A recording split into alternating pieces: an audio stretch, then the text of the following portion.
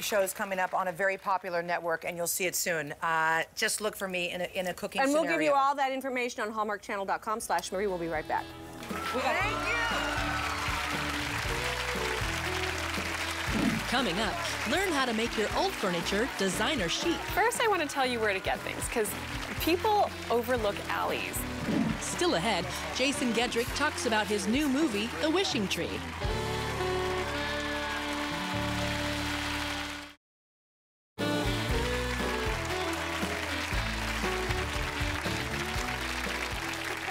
My next guest has a passion for coming up with creative ways to turn old objects into something fresh and hip. Buying new furniture can become very costly, but she says the good news is you can give your home a facelift by repurposing old scrap furniture. Interesting, huh?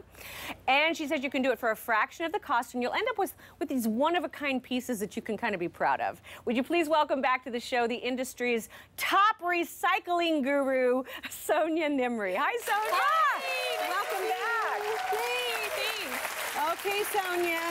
Okay. You are the recycle queen. What do you have for us here? Well, first I want to tell you where to get things, because people overlook alleys. You know, I love this. Sometimes you drive by and you see something and think, oh, that's kind of an interesting headboard or, you know, pair of chairs, but you don't take it because you don't trust it because it's in the alley. Well, I want to tell you, it's totally fine. It can be cleaned, it can be scrubbed at, and a lot of times people are moving and they just can't take it with them. So the easiest thing is just to put it in the alley. That's true, because especially at the end of the month, people are like, oh, I've got to get rid of this, or they're moving or changing apartments. Exactly, and they can't take it with them. So I have a picture of something I found in the alley. It was a headboard. Okay. And it was in a pile of junk that somebody was moving or couldn't take stuff with them. The striped thing. And I just happened to need a new headboard for my son's room.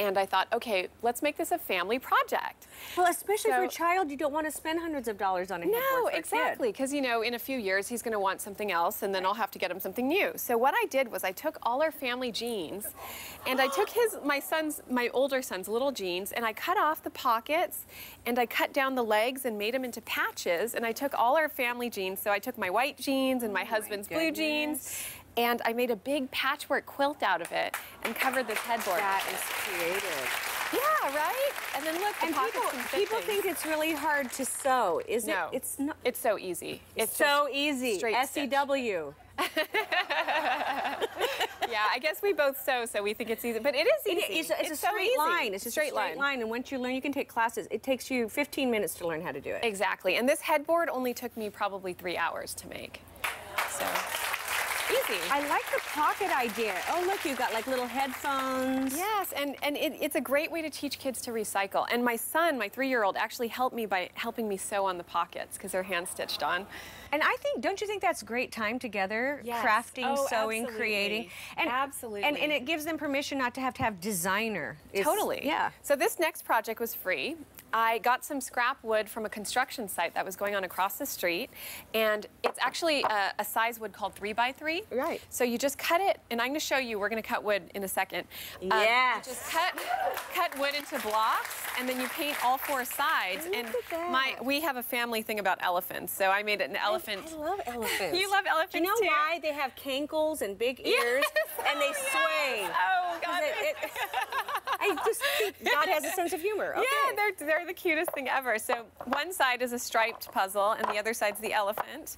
And then I have 2 more sides that are just paint. And you know. And how much better to have your kid be involved and help you do this, and they feel like they're absolutely. And you know, it was free. I used scrap paint that I had.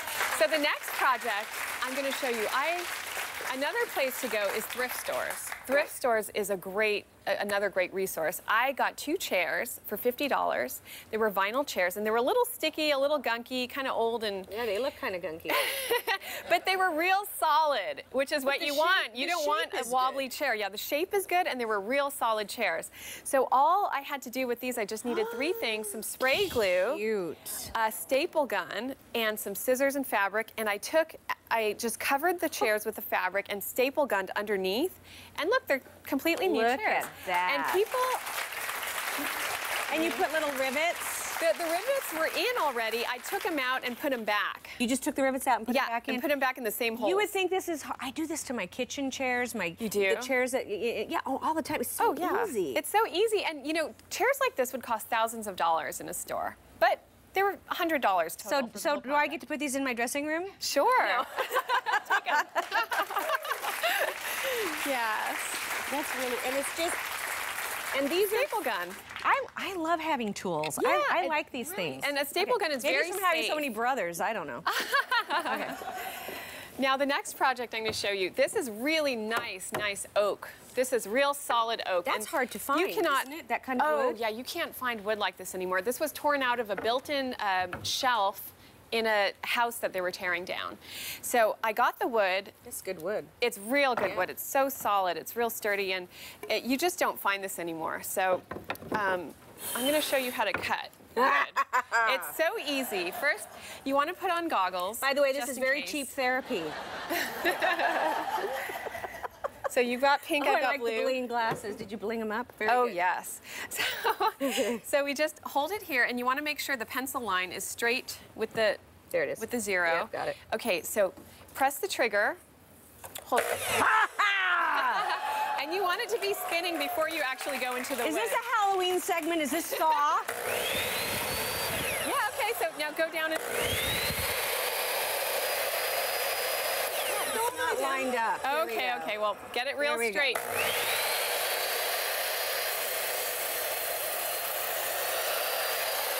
That's it.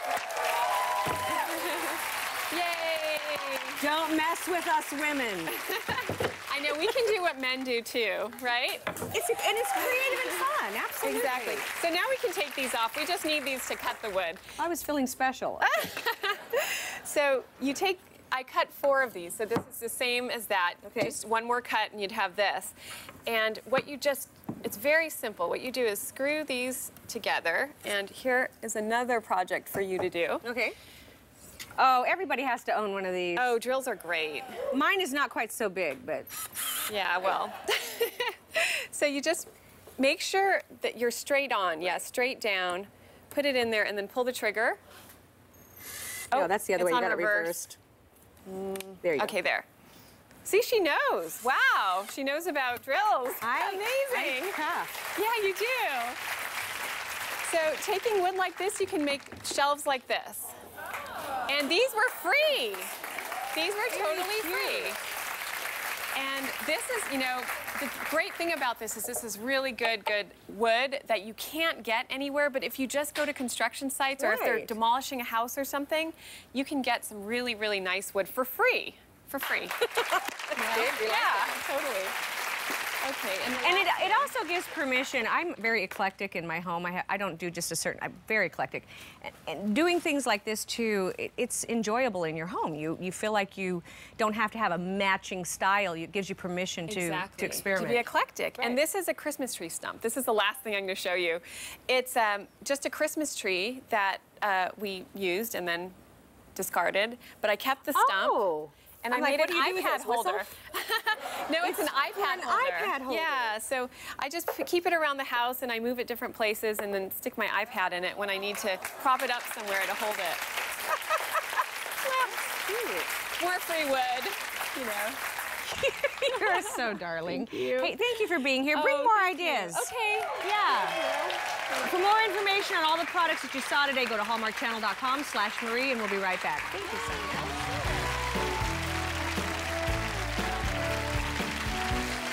Coming up, from Hallmark's The Wishing Tree, Jason Gedrick. Still ahead, Grammy-winning artist Mac Powell performs live on our stage. Hey, Mississippi 9, Mississippi 10, Mississippi, you treat me wrong. By the time you get to...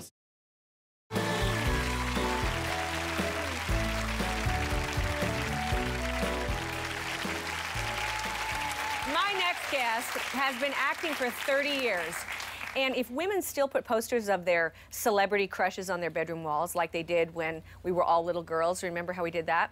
Well, this would definitely be one of them. Now, you may recognize him from Ron Howard's movie Backdraft, or the hit TV shows Desperate Housewives, and of course, Dexter.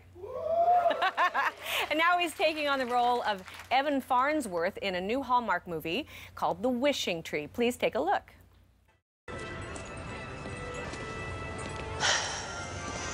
Hey, Clarissa. Hey, well, I thought you didn't believe in this sort of thing. What are you doing here? I just came to check on Andrew. You know, you don't always have to be such a tough guy. Wishing is for everyone.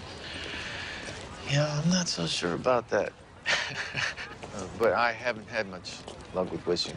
Oh, well, you don't strike me as someone who gives up easily.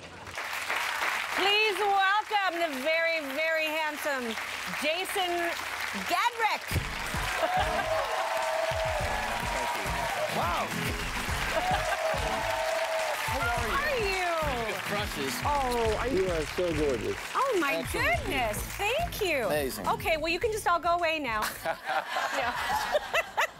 How are you? I'm really great, thank you. You are very cute. Wow. Well, Look. You've been acting for 30 years. I have. It's amazing. Wow. Thank you. Yeah. And of course, your new movie, The Wishing Tree Hallmark show. Did you enjoy doing the movie? I love Hallmark movies. I do. It's a great opportunity to do sort of an offshoot kind of film that you can sit and watch with your entire family. You know what you're getting. You know there's going to be something uplifting. The sets can sometimes get hairy and crazy, but Hallmark seems to keep it nice. They do. Part of it is because they shoot their shows very practically. The schedules are pretty tight. The budgets are pretty tight. So there's not much room to monkey around. Right. And I have to say that the cinematography on the show, you would think that it's a feature film. Everything about it just came together. And it was one of those lucky things that just coming right up on Christmas that we made it in time so everyone got back to their families for the holidays. And we have a producer, Dan Blatt, who I had worked with before, who I've really, really admired for all the work that we've done together.